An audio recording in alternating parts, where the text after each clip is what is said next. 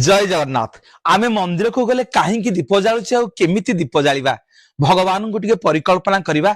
भगवान रूप को आखि आगे आनी प्रभु पादरे सर्वप्रथमे 4 थर एवं भगवान नाभि को लक्ष्य करी 2 थर, भगवान मुह को लक्ष्य करी 3 थर एवं प्रभुंकर समग्र शरीर को परिकल्पना करी 7 थर दीप जालिबा।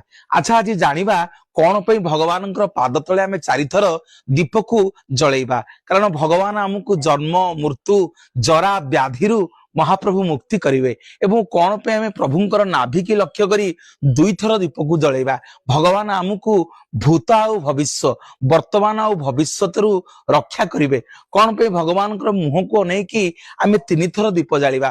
प्रभु आमको सत्व तम आउ रजरु ये 3 शक्ति आमको उद्धार करिवे।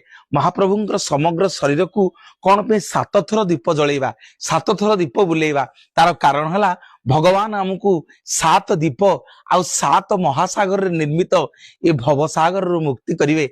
से मंदिर को भक्तटिए गले आज्ञा दीप जाले पाद को चाहे 4 थर, लाही की चाहे 2 थर, मुह को लक्ष्य करी 3 थर एवं समग्र शरीर को लक्ष्य करी दीप को आम माने 7 थर बुले देले। महाप्रभु कोटि कैबल्य नाथ आम मानू ये सत्व तम रज भव सागर मुक्ति करिवे। जय जगन्नाथ। जय